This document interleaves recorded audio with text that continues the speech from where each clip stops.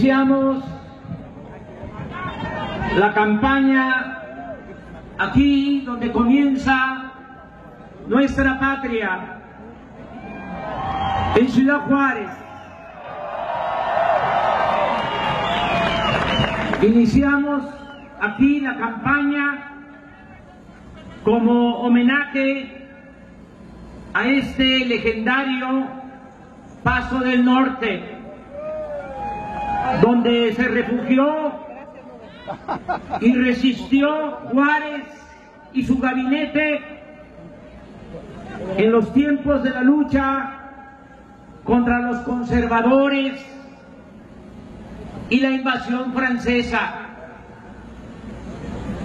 Medio siglo después, en mayo de 1911, aquí también tuvo lugar la batalla decisiva en la cual los revolucionarios, encabezados por Francisco I. Madero, con el apoyo militar de Pascual Orozco y Francisco Villa, derrotaron al ejército federal para propiciar la caída del régimen dictatorial porfirista. De modo que Ciudad Juárez, antes Paso del Norte, ha sido testigo de hechos históricos trascendentes y punto de partida de importantes transformaciones. Por eso decidimos iniciar nuestra campaña aquí en este sitio, por demás emblemático, aquí al pie de la estatua del mejor presidente que ha habido en la historia de nuestro país, Benito Juárez García.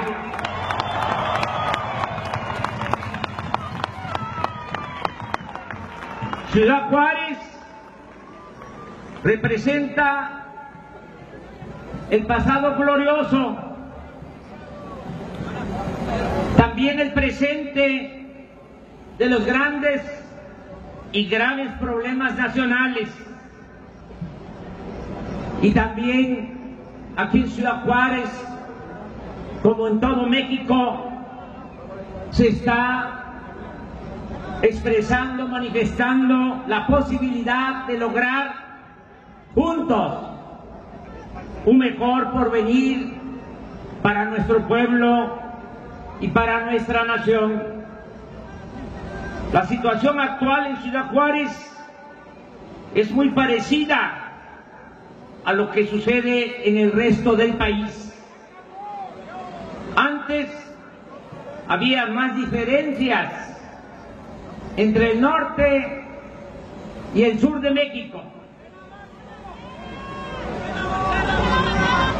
Hasta hace poco, el crecimiento económico en la frontera era superior a la media nacional, y por lo mismo había mayores oportunidades de empleos en toda esta región fronteriza. A partir de la recesión económica producida en 2008 en los Estados Unidos, Ciudad Juárez pasó a ser uno de los centros urbanos con mayor desempleo en el país. Aparejada a esa crisis económica, ha venido como rémora la crisis de bienestar social, que se sumó a la inseguridad y la violencia que ya venían de tiempo atrás. Aquí empezó el horror de los feminicidios, que desgraciadamente sigue ocurriendo en todo el país y con mayor incidencia en las colonias populares de las grandes ciudades de nuestra república. Hoy, las multiplicadas amenazas a la integridad y a la vida acechan en forma particularmente devastadora a las mujeres y a los jóvenes. No fue casual que el Papa Francisco decidiera venir a Ciudad Juárez hace más de 2 años para alzar la voz y sostener que uno de los principales flagelos a los que se ven expuestos los jóvenes es la negación de su derecho al estudio y al trabajo sostenible y redituable, y la imposibilidad de realizarse y proyectarse. Esto genera condiciones de pobreza y marginación, y esta pobreza y esta marginación son el mayor caldo de cultivo para que caigan en el círculo del narcotráfico y de la violencia. Ha sido tan pronunciada la decadencia del país en los últimos tiempos que solo la fortaleza cultural de nuestro pueblo permite explicar por qué tanto aguante, por qué tanta resistencia. Hemos padecido no solo crisis económica y colapso del bienestar social, sino corrupción política, inseguridad y violencia. Según nuestro diagnóstico, el problema se originó a partir de la aplicación del llamado modelo neoliberal, que no ha dado resultados ni siquiera en términos cuantitativos. Baste señalar que en 30 años, descontando el aumento de la población, el crecimiento real de la economía ha sido de 0. En 30 años no ha crecido la economía en nuestro país. Pero quizá lo más perjudicial es que dicha política económica ha desatado la corrupción más colosal y dañina que se haya registrado en la historia de nuestro país. Desde el gobierno de Carlos Salinas se optó de manera absurda por abandonar el campo y acabar con la industria nacional. El Estado dejó de promover el desarrollo. Los defensores del actual modelo económico hablan de modernidad, pero no dicen que esa modernidad es sinónimo de economía de élite y que se excluye a las mayorías, y solo es provechoso ese modelo para una pequeña minoría. Suelen poner como ejemplo de sus supuestos logros los beneficios del Tratado de Libre Comercio, que sin ser del todo inexistentes, porque no podemos negar que en algunas ramas de la economía han habido beneficios con el Tratado de Libre Comercio, pero con un costo altísimo y, en términos generales, con muy pocos resultados. Pueden argumentar lo que quieran, pero no se puede hablar del éxito del modelo exportador cuando la economía ha permanecido estancada durante 3 décadas. El fomento de una economía para las élites no significa ni desarrollo ni creación de empleos. Y eso es lo que ha quedado de manifiesto en nuestro país. En otras palabras, si fuera cierto que el Tratado de Libre Comercio de América del Norte solo beneficia a México, nuestra economía no permanecería estancada, ni habría migración. Un dato importante: en 1970, cuando las exportaciones de México solo representaban 8% del Producto Interno Bruto, el crecimiento de la economía era del 6.5%, mientras que ahora, cuando las exportaciones significan el 36% del Producto Interno Bruto, la economía solo crece en 2.6%. 3%.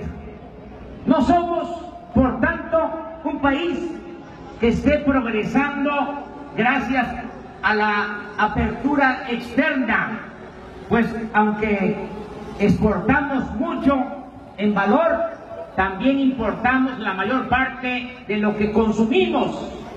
Nuestras exportaciones no generan desarrollo tecnológico propio y en estas décadas hemos experimentado un severo retroceso en materia de soberanía nacional.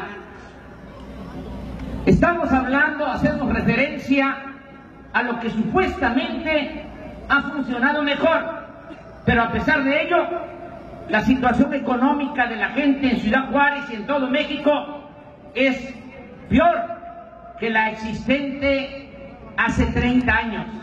Por ejemplo, un trabajador de la industria automotriz en Ciudad Juárez gana $2.47 por hora, mientras en Estados Unidos un obrero con la misma especialidad recibe $29 por hora, es decir, 10 veces más. Pero lo más injusto e indignante ha sido la pérdida del poder adquisitivo del salario mínimo. El más reciente reporte del Centro de Análisis Multidisciplinario de la Facultad de Economía de la UNAM afirma que hace 30 años un salario mínimo alcanzaba para comprar 51 kilos de tortilla y ahora solo alcanza para adquirir 6 kilos de tortilla. De acuerdo con los estudios de este centro académico, la pérdida del poder adquisitivo del salario en este periodo neoliberal llega al 80%. De ese tamaño ha sido el empobrecimiento del pueblo durante el periodo neoliberal. Y en forma paralela a esta infame política económica, la corrupción campea con toda impunidad en la administración pública. Nunca antes se había padecido de tanta corrupción como ahora. Nunca en la historia de México. Desde la época de la colonia se había padecido de tanta corrupción. Podrán acusarme de exagerado o extremista, e incluso podrían argumentar que siempre ha sucedido lo mismo, pero la descomunal deshonestidad del periodo neoliberal de 1983 a la fecha supera por mucho lo antes visto y no tiene precedente. En la época posrevolucionaria de los años 30 a los 80 del siglo pasado, los gobernantes no se atrevieron a privatizar las tierras ejidales, los bosques, las playas, los ferrocarriles, las minas, la industria eléctrica, ni mucho menos a enajenar el petróleo. Sin embargo, ahora, en estos aciagos tiempos del neoliberalismo, los gobernantes se han dedicado, como en el porfiriato, a concesionar el territorio, a transferir empresas y bienes públicos, incluso funciones del Estado, a particulares, nacionales y extranjeros. En estos tiempos, el sistema en su conjunto ha operado para la corrupción. La corrupción se ha institucionalizado. No se trata como antes de actos delictivos individuales o de una red de complicidades para hacer negocios al amparo de los cargos públicos. Ahora, la corrupción se ha convertido en la principal función del poder político, y el encubrimiento, la impunidad y la complicidad son el principal aglutinante de los grupos que se han sucedido en el ejercicio del gobierno, sean del PRI o sean del PAN. Es lo que yo llamo la mafia del poder. Por eso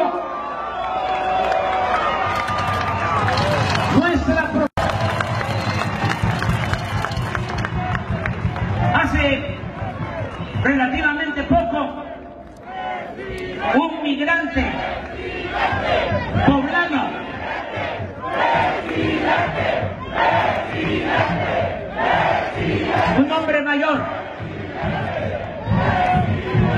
en San Quintín, Baja California, se acercó y me dijo: licenciado, así como Juárez separó la iglesia del Estado, usted busque, procure, con el apoyo del pueblo, separar al poder económico del poder político.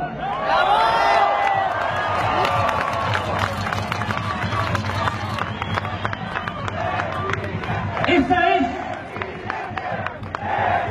la nueva reforma.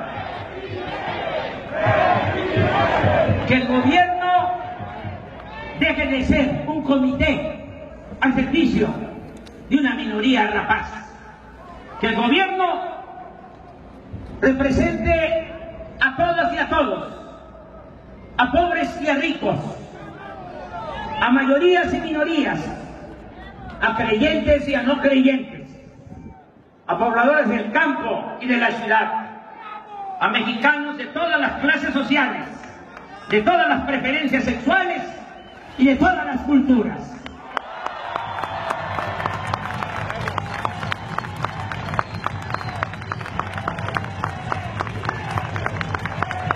El nuevo gobierno democrático dará el ejemplo en el combate a la corrupción.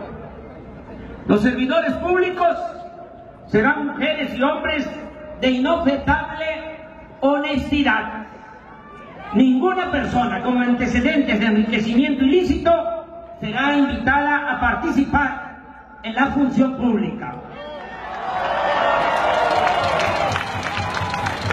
Llegar al gobierno no significará la obtención de un privilegio o la oportunidad de hacer negocios al amparo del poder.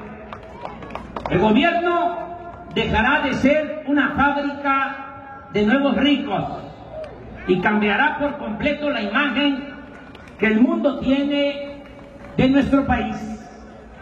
Además, hay suficientes razones y datos contundentes para sostener que acabar con la corrupción nos permitirá ahorrar cuando menos el 10% del presupuesto público, es decir, más de 500,000 millones de pesos.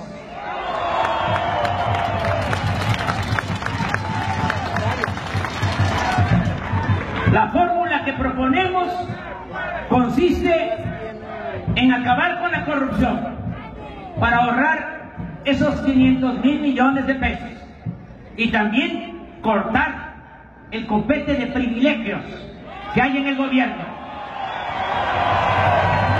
Se van a terminar los sueldos de 600,000 pesos mensuales para los altos funcionarios públicos. Vamos a bajar los sueldos de los de arriba porque vamos a aumentar los sueldos de los de abajo. Van a ganar más los maestros, las enfermeras, los médicos, los policías, los soldados, los marinos. Va a aumentar el salario de los trabajadores, va a aumentar el jornal de los campesinos.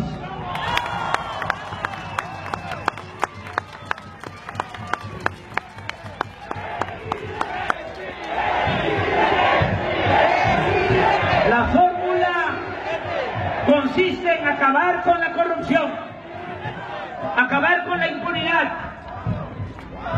acabar con fueros y privilegios. La primera iniciativa que voy a enviar al Congreso va a consistir en reformar el artículo 108 de la Constitución para que el presidente en funciones pueda ser juzgado por delitos de corrupción. Se acaba la impunidad, se acaban los privilegios.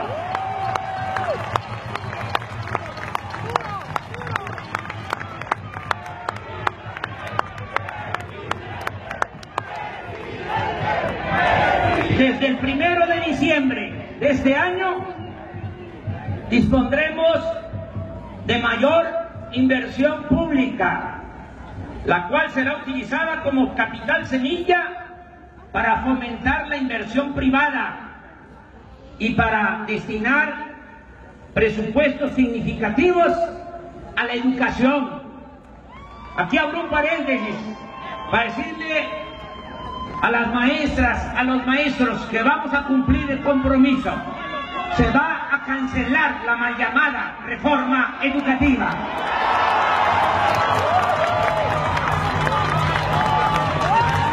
O para que nadie se vaya a espantar, lo voy a decir de otra manera, más suave. Nos vamos a poner de acuerdo con los maestros, con los padres de familia, vamos a elaborar un plan educativo para mejorar la calidad de la enseñanza sin afectar los derechos laborales de los maestros. Vamos a destinar presupuesto suficiente a la cultura, a la producción, a la creación de empleos. Vamos a destinar presupuesto suficiente para el fomento al campo. Vamos a rescatar al campo y a sus pobladores del abandono en que se encuentran.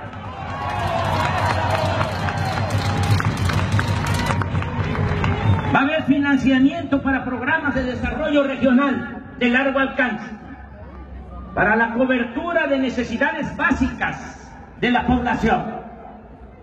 El ideal que tenemos, el sueño que tenemos, es que se establezca en el país un estado de bienestar, que el mexicano tenga seguridad, tenga protección, desde que nace hasta que muere, desde la cuna hasta la tumba.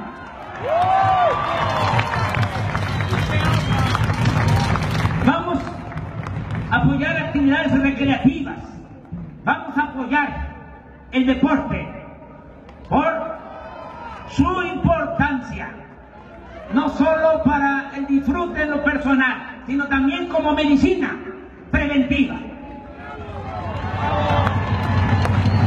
Y el deporte de alto rendimiento, deporte profesional. Vamos a atender de manera especial. Lo primero que se va a hacer es darle la mano a todos los damnificados de los sismos.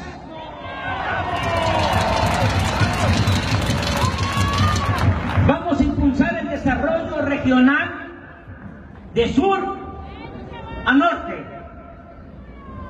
con la puesta en práctica de proyectos para retener a la población en sus pueblos. Muchos de ustedes vienen del sureste, del centro del país, de otros estados, porque allá no han habido oportunidades y han tenido que salir a buscarse la vida acá, a la frontera. Ahora vamos a iniciar nuestro desarrollo del sur al norte del país, de el Suchiate hasta el Bravo. Vamos a empezar sembrando en el sureste 1 millón de hectáreas de árboles frutales y maderables. Se van a crear 400,000 empleos en ejidos, en pequeñas propiedades. Vamos también a impulsar mucho el turismo en el Caribe y en la región Maya. Se va a construir un tren rápido, Cancún, Tulum, Calakmul, Palenque, para que se conozca la importancia cultural de nuestro país y de esta manera se impulsen las actividades relacionadas con el turismo. Vamos también a impulsar un proyecto en el istmo de Tehuantepec. Vamos a rehabilitar los puertos de Salina Cruz, que está en el Pacífico, y el puerto de Coatzacoalcos, en el Golfo. Se van a rehabilitar los dos puertos, se va a construir en esa franja que es la más angosta de todo el territorio nacional, se va a construir un tren para carga de contenedores, para unir a los países de Asia con la costa este de Estados Unidos. Y en toda esa franja se va a dar mucho trabajo. ¿Para qué? los tabasqueños, chiapanecos, oaxaqueños no tengan que venirse a buscarse la vida acá, sino que tengan trabajo allá, en sus pueblos.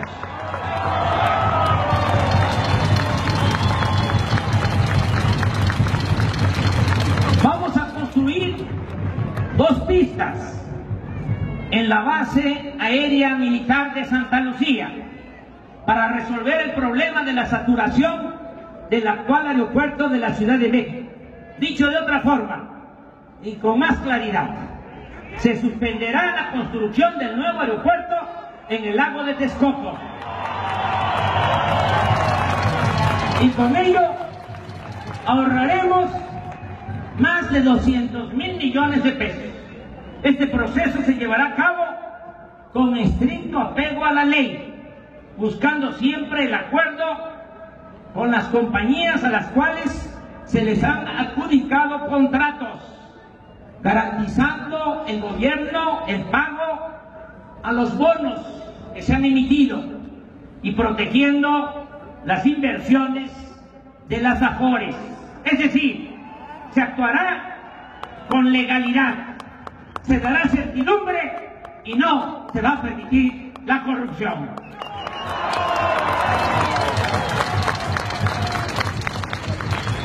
Nos estamos comprometiendo a que habrá cobertura de Internet en todo el país y será gratuito el Internet en caminos, en espacios públicos, en escuelas y en hospitales.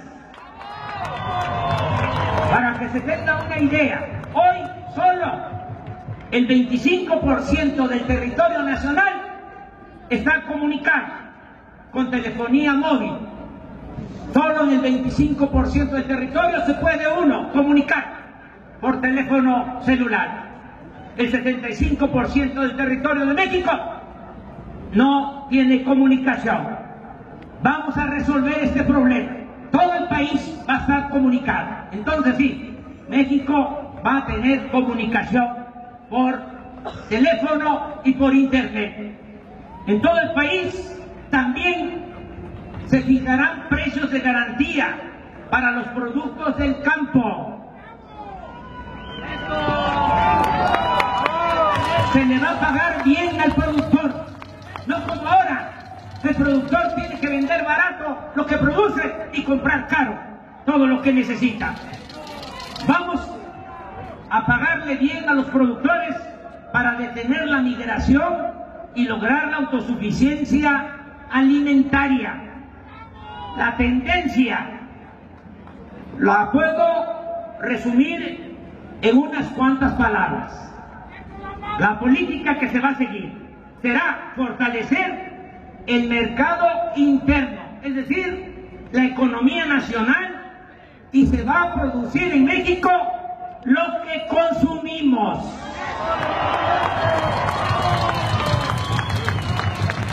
También se impulsará la industria de la construcción para que haya empleos. Se ejecutarán las obras públicas necesarias como caminos. Vamos a pavimentar de concreto los 300 caminos de Oaxaca para comunicar a cabeceras municipales. Este estado tiene 570 municipios y hay 300 municipios que tienen caminos de terracería.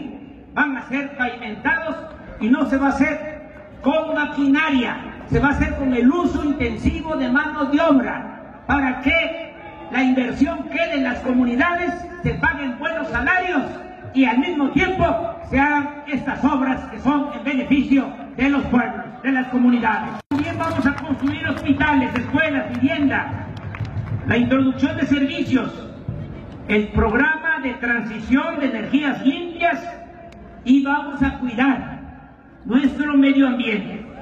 El nuevo gobierno buscará la modernidad, pero desde abajo y para todos. Habrá un crecimiento económico horizontal, es decir, en todo el país, no solo en pequeños islotes, como ha venido sucediendo en los últimos 30 años. fomentaremos el desarrollo aquí en la frontera, a lo largo de los 3.185 kilómetros de frontera con Estados Unidos. Aquí se creará, a lo largo de los 3.000 kilómetros de frontera, una zona libre o franca para promover la inversión, el desarrollo productivo y tecnológico, así como la creación de empleo. Esta será, aquí en la frontera, será la última cortina para retener a los mexicanos y que no se vean en la necesidad de pasar al otro lado, que no se vean en la necesidad de ir a buscarse la vida al otro lado de la frontera. Aquí, en esta franja de 3.000 kilómetros por 20-30 kilómetros de ancho, de manera puntual, lo expreso así. 1.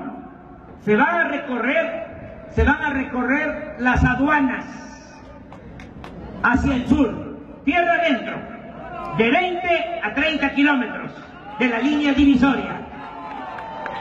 Vamos a correr nuestras aduanas. 2. En la zona libre o franca, los más de 3.000 kilómetros de largo por 30 de ancho, se reducirá el impuesto sobre la renta a 20%.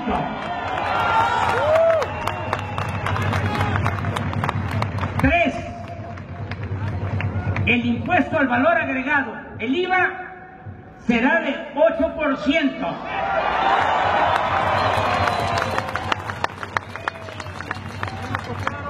La mitad de lo que se cobra en la actualidad. Qué bueno que ya nos están copiando.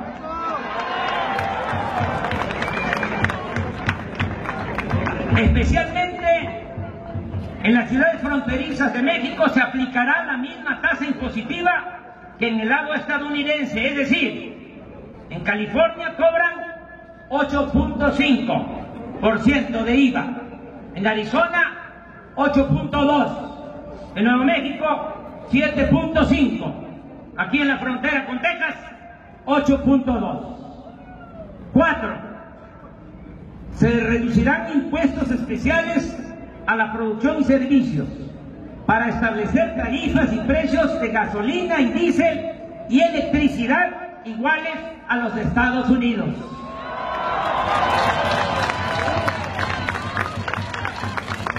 5. Desde el 1 de enero del año próximo, 2019, en toda la zona libre de la franja fronteriza, se aumentará el salario mínimo a cuando menos el doble de lo estipulado en la actualidad. Se trata de un asunto de justicia y sin riesgos de inflación, porque habrá, como lo hemos dicho, reducción de impuestos y de precios de energía, de tal manera que al subir el salario y bajar otros precios, el nivel general de precios quedará igual o incluso podría bajar. No es aumentar el salario sin tomar en consideración otros factores.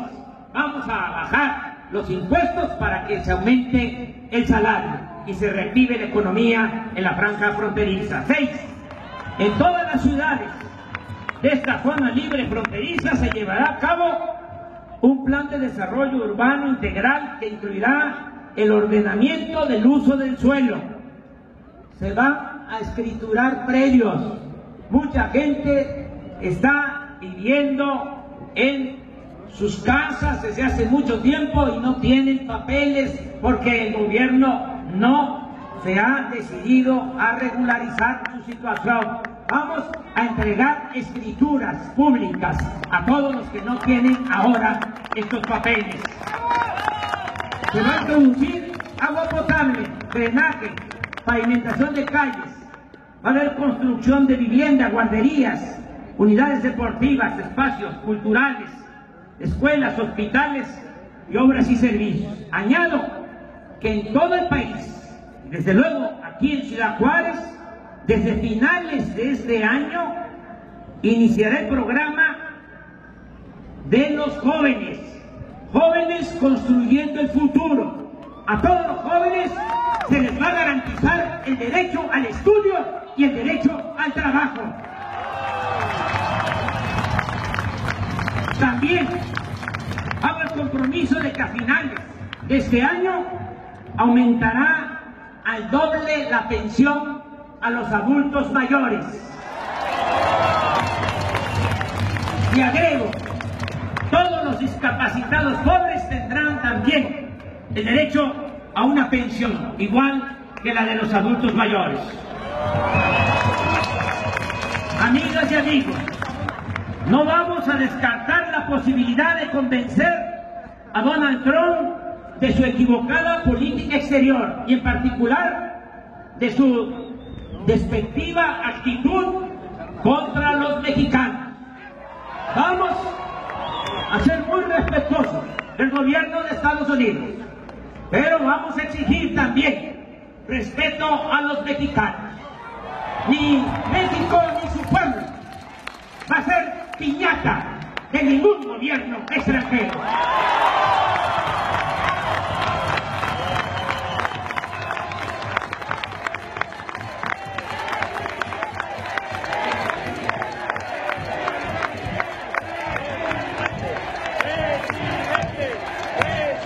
Estamos dispuestos, en aras de una buena relación de amistad, estamos dispuestos a poner sobre la mesa en su momento nuestro programa de desarrollo para impulsar el crecimiento, generar empleos y garantizar el bienestar, y así enfrentar de manera conjunta las causas que originan la migración, la inseguridad y la violencia.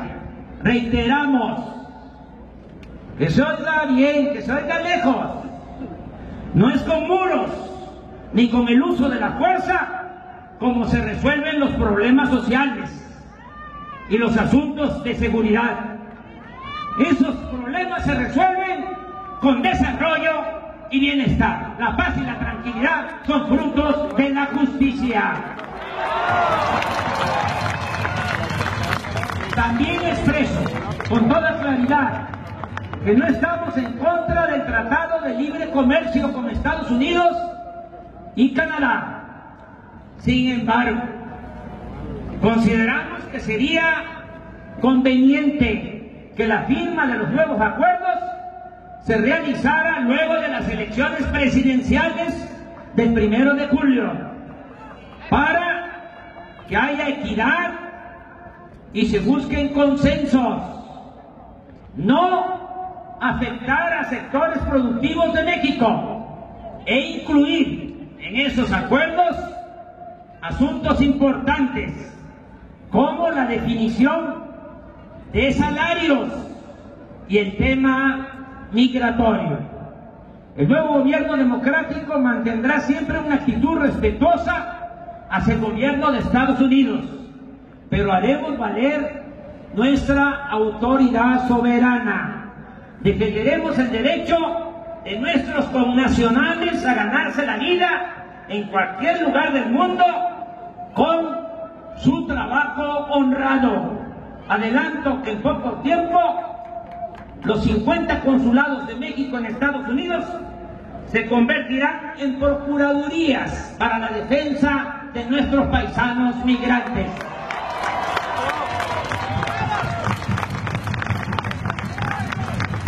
Insisto, buscaremos establecer con Estados Unidos una relación bilateral fincada en la cooperación para el desarrollo y el respeto mutuo.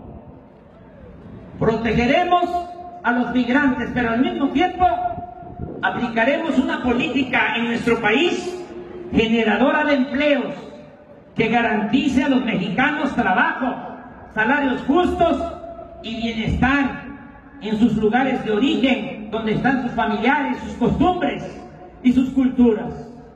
El sueño que me inspira y quiero hacer realidad es que México se convierta en una potencia y que sus habitantes solo salgan de sus pueblos por gusto y no por necesidad. Entonces, cuando llegue ese día, entonces pronto, muy pronto, ninguna amenaza, ningún muro, ninguna actitud prepotente de ningún gobierno extranjero podrá impedir que podamos trabajar y ser felices en nuestra querida patria. Amigas y amigos, estoy confiado, optimista. Sé que la crisis nacional está por terminar y que nada podrá opacar de manera perdurable el nombre de México, ni impedir que triunfe la causa de la justicia. Nuestra nación, que tanto ha sufrido, saldrá adelante, como ha pasado en otros tiempos de adversidad. La cultura y la cohesión social de nuestro pueblo nos ha permitido, no olvidemos, sobrevivir y sobreponernos a todas las calamidades. México, nuestro gran país, ha desafiado a lo largo de su historia hambrunas e inundaciones, guerras, invasiones y viles zarpazos a su territorio. Pero siempre México se ha levantado y ha superado los daños de epidemias y temblores. Ha enfrentado miserias públicas, malos gobernantes, saqueos monumentales. Pero la profecía de los antiguos poetas es real y es verdadera. Mientras existe el mundo, decían los antiguos poetas mexicanos, mientras existe el mundo nunca terminará, no acabará la fama y la gloria de nuestro México. Yocotán, Potonchán, Tolán, Cascán, Colimán, Aztlán, de nuestro México, Tenochtitlán. Amigas y amigos, en tiempos de tristezas y decepción, en estos tiempos de sufrimiento, en estos tiempos asiáticos, hay también una gran esperanza, un ánimo que despierta el entusiasmo, que despierta el corazón.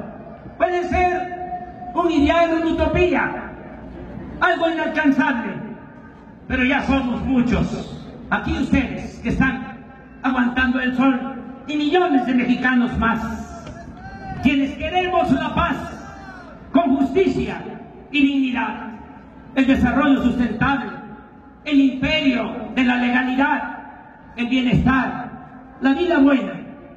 Hace mucho tiempo que no existía un entusiasmo como el que se está viviendo en la actualidad, ante la inminencia de un cambio de régimen, ante la cercanía de una transformación mayor. En muchas décadas no habíamos tenido al alcance de la mano como ahora la construcción o la reconstrucción de nuestra patria. Esa es la buena nueva. Estamos a punto de exclamar de manera colectiva, como no se había escuchado un grito en los últimos 100 años, con toda nuestra alegría, un triunfante ¡Viva México!